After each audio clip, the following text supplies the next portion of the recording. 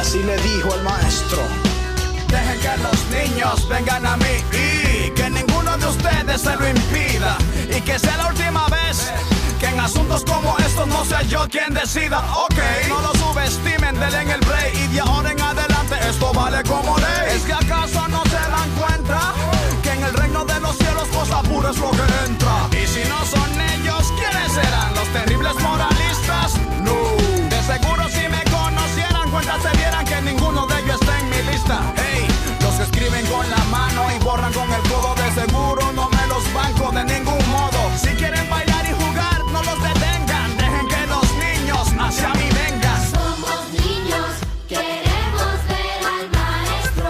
Que vengan. Somos niños, queremos ver a Jesús. Que vengan. Somos niños, queremos ver al maestro. Somos niños, queremos ver a Jesús.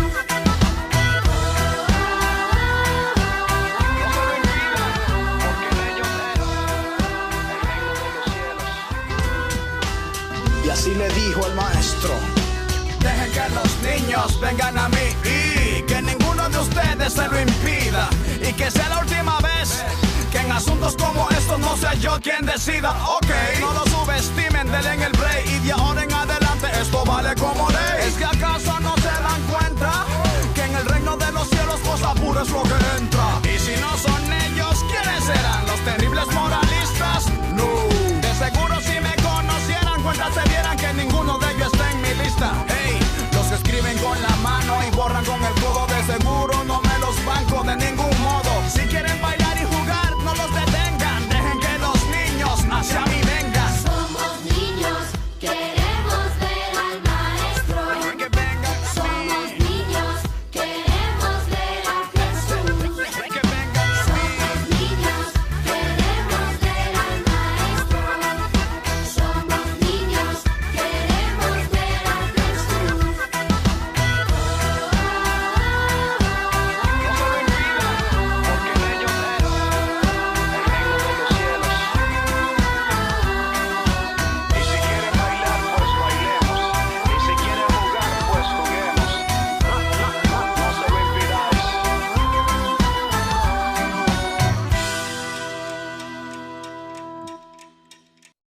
La historia que van a escuchar se encuentra en Hechos 3 al 8.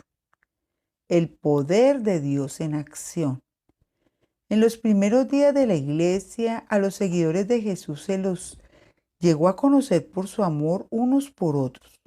Compartían todo lo que tenían con los demás cristianos. Adoraban juntos en el templo cada día y se dedicaban a la enseñanza de los apóstoles.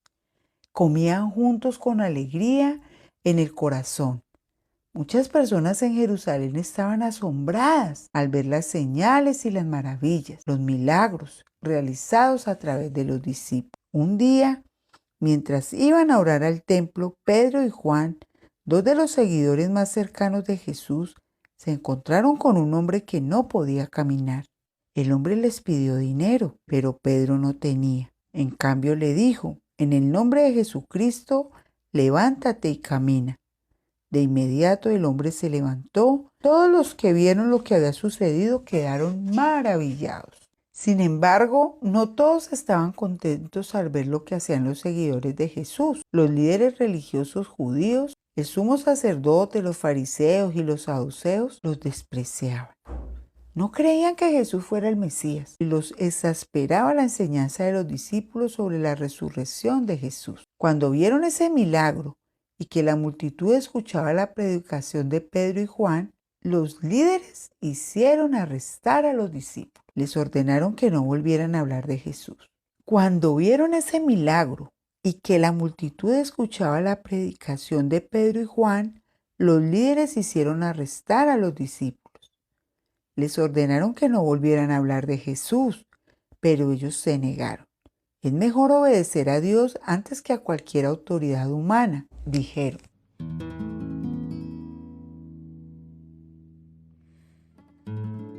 Cada día el desprecio de los líderes religiosos por los discípulos crecía. Les advertían que dejaran de hablar de Jesús, pero los discípulos no les hacían caso. Los guardias del templo golpeaban a los discípulos, pero ellos seguían proclamando la resurrección de Jesús. Los líderes religiosos arrestaban a los discípulos, pero ellos escapaban.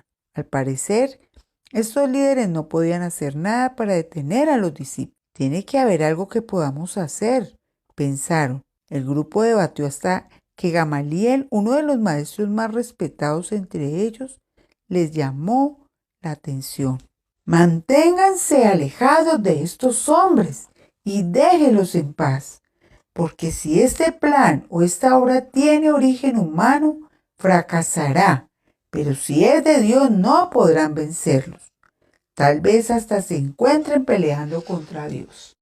El evangelio siguió extendiéndose y los discípulos en Jerusalén fueron en aumento. Incluso un grupo grande de sacerdotes empezó a seguirlos. Entonces mataron a Esteban. Esteban era un siervo de la iglesia que distribuía comida a las viudas. Estaba lleno de gracia y del Espíritu Santo y realizó muchas señales y maravillas frente a los judíos. Pero algunos se lo opusieron mientras predicaba el evangelio y lo acusaron de blasfemia. Este hombre nunca deja de hablar contra este lugar sagrado y la ley, dijeron. Escuchamos decir que este Jesús de Nazaret destruirá este templo y cambiará las costumbres que Moisés nos dio. Después, Esteban les contó la historia de su propio pueblo. Como desde el principio, Israel se había rebelado contra Dios. Furiosos, los que estaban en la multitud tomaron piedras y empezaron a arrojárselas a Esteban. Gritaron lo más fuerte que pudieron para ahogar su voz y arremetieron contra él, mientras le tiraban piedras. Al rato, la voz de Esteban cesó. Había muerto, lo habían matado. Entre la multitud se encontraba un hombre llamado Saulo, un alumno de Gamaliel. Estaba al frente de la persecución de la iglesia. Todos, excepto los discípulos, se vieron forzados a huir de Jerusalén. Los discípulos se esparcieron por Judea y Samaria, llorando la muerte de Esteban y esperando evitar encontrarse con Saulo, quien iba de casa en casa y arrastraba a hombres y a mujeres para llevarlos a la cárcel. Este podría haber sido el final de la iglesia, pero fue tan solo el principio. A medida que los discípulos se diseminaban por todas partes, empezaron a contarles a otros lo que había pasado en Jerusalén y les predicaban el evangelio. El mensaje fue desde Jerusalén a Judea y de allí a Antioquía y Alejandría, Samaria y Cesarea. Incluso llegó a Etiopía, cuando Felipe se encontró con un siervo etíope que quería entender las profecías de Isaías. Gamaliel tenía razón. Si la obra de los discípulos era de origen humano, fracasaría, sería inevitable. Pero no fue así. A pesar de la oposición de los líderes religiosos y de los estragos que hizo Saulo en la iglesia, nada pudo detener el avance del evangelio. Era obra de Dios, su plan desde el principio para rescatar y redimir a los pecadores de todo pueblo y nación. Para probarlo, llamaría al peor de los perseguidores de la iglesia para transformarlo en el proclamador más grande del evangelio. ¿Cómo nos anima esta historia a seguir diciendo la verdad sobre Jesús cuando es difícil?